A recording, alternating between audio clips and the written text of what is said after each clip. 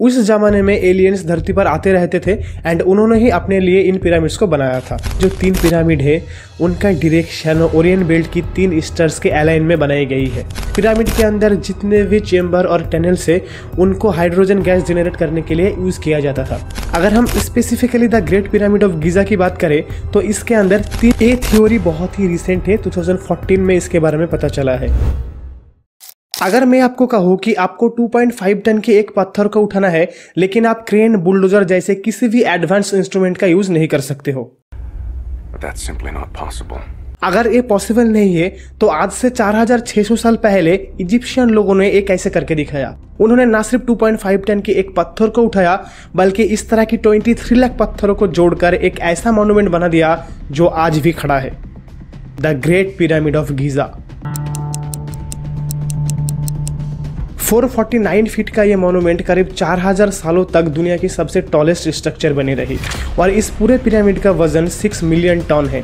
लेकिन क्वेश्चन ये है कि इसे बनाया कैसे गया था, क्योंकि उस जमाने लोगों के पास ना ही क्रेन्स थे, ना बुलडोजर थे और ना ही कोई मॉडर्न टेक्नोलॉजी, यहाँ तक कि उनके पास पहिए भी नहीं थे।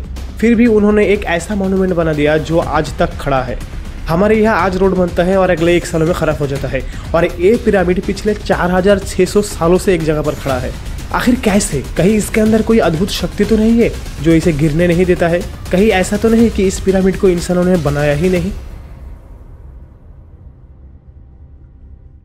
अगर हम टाइमलाइन की बात करें तो the great pyramid of Giza को 2550 BC में फेरो खुफू ने बनवाया था। ये पिरामिड 449 फीट ऊंची है एंड 13 एकड़ की एरिया में फैला हुआ है। और अगर हम फेरो खुफू की बात करें तो उनके बारे में हमें ज़्यादा कुछ पता नहीं चलता है। हमें बस इतना पता है कि वो 4th dynasty of old kingdom के दूसरे फेरो थे। इजिप्शियन राजाओं को फेरो कहा जाता है।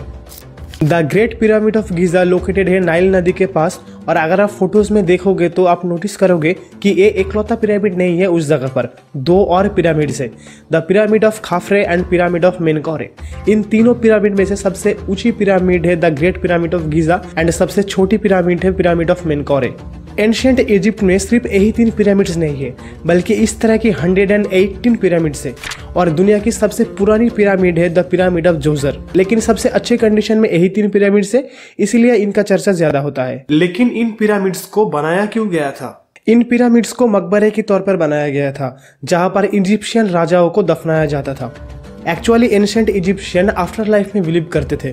वो लोग मानते थे कि मरने के बाद लाइफ खत्म नहीं होता है बल्कि आत्मा अंडरवर्ल्ड में जाती है जहाँ पर गॉड्स आत्माओं को जज करते हैं एंड जिन लोगों ने अच्छा काम किया है जिंदगी में वो लोग आफ्टर लाइफ में हमेशा के लिए जिंदा रहते हैं। एंड इसी आफ्टर लाइफ को प्रिपेयर करने के लिए राजा मरने से पहले अपने लिए पिरामिड्स बनवाते थे जहाँ पर बहुत सारे खाना, खजाना, फर्नीचर्स, ज्वेलरीज, कपड़े रखा जाता था, ये सोच के कि आफ्टर लाइफ में काम आएगा। तो मरने के बाद इनके बॉडी को मॉमिफाई करके वुड या स्टोन की कॉफिन में डाल के पिरामिड के अंदर रख दिया जाता था। अगर हम specifically the great pyramid of Giza की बात करें तो इसके अंदर 3 चेंबर है, किंग चेंबर, क्वीन चेंबर और एक हिडन चेंबर है जिसका काम अधूरा पड़ा है। और जब आर्कियोलॉजिस्ट इनके अंदर गए तब उन्हें 3 रेलिक्स और एक खाली कॉफिन मिला।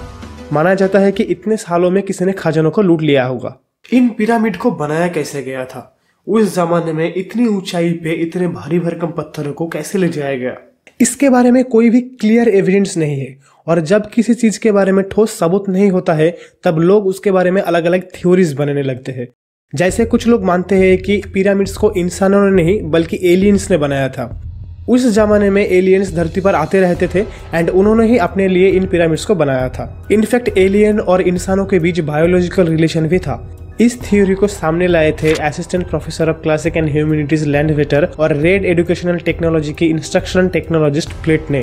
ह्यूमन एलियन हाइब्रिड बेबी की स्केलेटन इस बात को साबित करता है कि इस यूनिवर्स में इंसानों से भी एडवांस लाइफ एग्जिस्ट करता है एंड वो पहले के जमाने में धरती पर आते रहते थे। दूसरी तरफ कुछ लोग मानते हैं कि एंशिएंट इजिप्शियंस टेक्नोलॉजी में हमसे भी एडवांस थे एंड उन्होंने इन पिरामिड्स को हाइड्रोजन पावर प्लांट के तौर पर बनाया था। पिरामिड के अंदर जितने भी चेंबर और टनल्स है उनको हाइड्रोजन गैस जनरेट करने के लिए यूज किया जाता था। इस थ्योरी को पहली बार प्रपोज किया था ब्रिटिश ऑथर क्रिस्टोफर डन ने। ये तो हो गए कॉन्स्पिरेसी थ्योरीज की बात। अब कुछ ऐसे थ्योरीज की बात करते हैं जो थोड़ा बिलीवेबल लगता है। इंसान the great pyramid of Giza को बनाने के लिए टोटल में 23 लाख पत्थरों का यूज़ किया गया था एंड ज़्यादातर पत्थर इजिप्ट के आसपास के एरिया से ही आए थे। ज़्यादा से ज़्यादा दूर सदर्न इजिप्ट के एरिया से आए थे जो 800 किलोमीटर दूर है। इन पत्थरों को काटने के लिए वो लोग कॉपर एंड डॉलराइट्स के टूल यूज़ करते थे।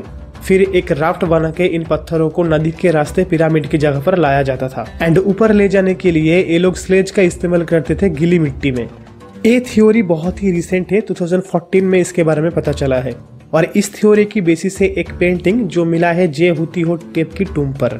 इस पेंटिंग में बहुत सारे लोग एक स्टैचू को घिसका के ले जा रहे हैं स्लेज पर और एक आदमी स्लेज के आगे पानी गिरा रहे हैं। इनिशियली आर्कोलॉजिस्ट को लगा था ये कोई रिचुअल होगा पानी गिराना, लेकिन जब फिजिसिस्ट डेनियल बेन एंड उनके टीम ने इसे टेस्ट आउट किया तब पता चला कि अगर सैंड में एक सर्टेन अमाउंट ऑफ पानी मौजूद होगा तब जमीन में घिसने वाली चीज का फ्रिक्शन काफी हद तक कम हो जाता है।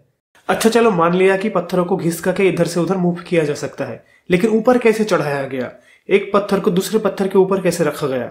स्कॉलर्स मानते हैं कि इन पत्थरों को ऊपर ले जाने के लिए रैंप बनाया गया होगा। रैंप के दोनों साइड पे लकड़ी के डंडे गाड़ के रस्सी का यूज करके इन पत्थरों को ऊपर खींचा गया होगा। इस थ्योरी के हिसाब से पिरामिड की हर एक लेवल कंप्लीट होने के बाद एक नया स्लोप बनाया गया होगा और पत्थरों को एक दूसरे के ऊपर रखने के लिए उन्होंने एक लीवर सिस्टम का यूज किया होगा। स्कॉलर्स ने इन सिस्टम का नाम दिया है शैडूप और ये सिस्टम इजिप्ट में हजारों सालों से एग्जिस्ट करता था। वो लोग इस मैकेनिज्म का यूज करते थे नाइल नदी से पानी निकालने के लिए। अब ये थ्योरीज सुनने में तो बिलीवेबल लगता है, लेकिन अगर हम पिरामिड की कंस्ट्रक्शन टाइम को देखते हैं तो ये थ्योरीज भी गलत लगती है, क्योंकि हमें पता है कि 20 सालों के अंदर पिरामिड्स को बना लिया गया था और करीब 20,000 लोगों ने काम किया था। तो अगर 20,000 लोग एक एक करके पत्थर जोड़ रहे थे तो उन्हें हर एक 3 मिनट में एक पत्थर को दूसरे पत्थर के ऊपर रखना होगा और साल के हर एक दिन, जो काफी अनलाइकली लगता है कि उन्होंने इतनी स्पीड से काम किया होगा। इसीलिए आज भी ये एक बहुत बड़ी मिस्ट्री है कि एग्जैक्टली किस तरह से पिरामिड्स को बनाया गया था। उस वक्त ना तो कंपास था और ना ही जीपीएस, तो ये कैसे पॉसिबल हुआ कि पिरामिड की चारों direction exactly north south east west को पॉइंट कर रही है? इसके बारे में 2 पॉपुलर थ्योरीज है एंड पहला है ऑटम इक्विनॉक्स। जब धरती पर दिन और रात एग्जैक्टली सेम होता है तब जमीन पर पड़ने वाले shadow east and west direction में बिल्कुल स्ट्रेट लाइन में होती है। तो माना जाता है कि इजिप्शियंस ने इसी ऑटम इक्विनॉक्स थ्योरी का यूज किया था पिरामिड की डायरेक्शन डिसाइड करने के लिए। दूसरी थ्योरी है कॉन्स्टेलेशन के बारे में। 1989 में रॉबर्ट वर्विल, एक ऑथर एंड इजिप्टोलॉजिस्ट, उन्होंने अपना एक ओरियन कोरिलेशन थ्योरी बनाया। उन्होंने कहा कि जो 3 पिरामिड है उनका डायरेक्शन ओरियन बेल्ट की 3 स्टार्स के अलाइन में बनाई गई है। वो कहते हैं कि ये अलाइनमेंट इंटेंशनली बनाई गई थी एंड एंशिएंट इजिप्शियंस एस्ट्रोनॉमी के बारे में जानते थे। वो लोग रात में स्टार्स को ट्रैक करके स्टडी करते थे। मैं चाहूँ तो ऐसे हजारों थ्योरीज आपके सामने रख सकता हूँ, लेकिन सच्चाई तो यही है, आज इतने सालों की रिसर्च के बाद भी पिरामिड्स के बारे में ऐसे बहुत सारे मिस्ट्रीज है जो आज भी सुलझ नहीं पाया है।